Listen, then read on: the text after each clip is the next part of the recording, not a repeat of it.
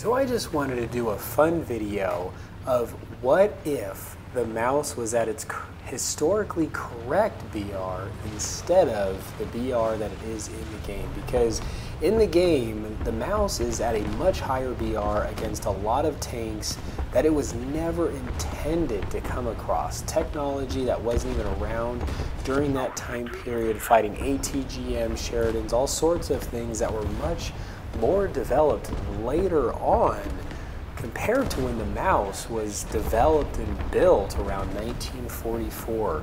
And so this was just more of a training room. I love how you can do this in War Thunder. And going in with the mouse, which is no longer in the tech tree, I wanted to see what the mouse and how it would perform against the tanks historically that it came across during its time period. So you have tanks all across rank 3, and what that entails is like the KV-1s, the T-34s, and those were very, very popular tanks during World War II. And I just was very curious to see if any of these tanks that the mouse was intended to come across and fight could actually do something against the mouse, this 188-ton beast, as it just comes crashing in here through the trees and just going, I was just going straight down the middle of the map to just see how many hits this thing could do and what kind of heat I can put this thing across. And of course the bots aren't the best players, they're kind of out here in the middle and such, but I wanted to just see like what it would look like if you just saw this wave of fire from all sorts of tanks just hitting against the mouse. And you can just see, I mean, they're not really able to do anything. For War Thunder, it doesn't make a lot of sense for them to put the mouse, obviously, at its historical correct time frame against tanks of its BR, just because this thing has just got such thick armor. But you can see here that they were able to take out the mouse tracks, and by doing that, it is completely immobilized. And not just one side of its tracks, it took out two. And then going a little bit further, they were able to take out my cannon, which is actually quite impressive. And so going in, wanted to do this again, going once just straight down the middle to just see what kind of chaos we can get ourselves in.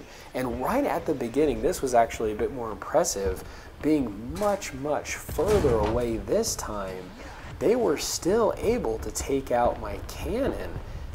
And like right here, my cannon and my tracks. So even though the mouse is this beast, they can't kill the crew inside.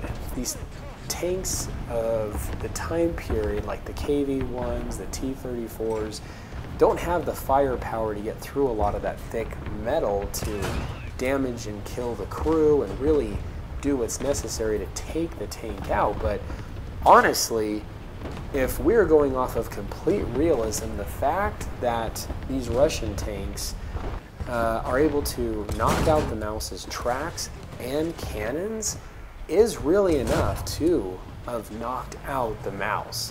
So very, very interesting. This is just absolutely crazy. It was kind of a lot of fun, but no challenge whatsoever. And even some of them, it was kind of fun. They would turn around, some of the T-34s or the KVs, and just run away, almost as if they knew they just didn't even stand a chance.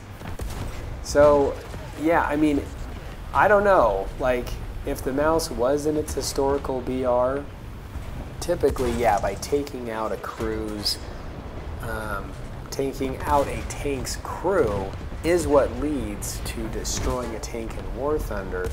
But maybe if the tank's tracks and cannon are taken out, but anyway, it would be basically, obviously it would be way, way unfair, as you can see here. Tons of ricochets, people bouncing all over the place.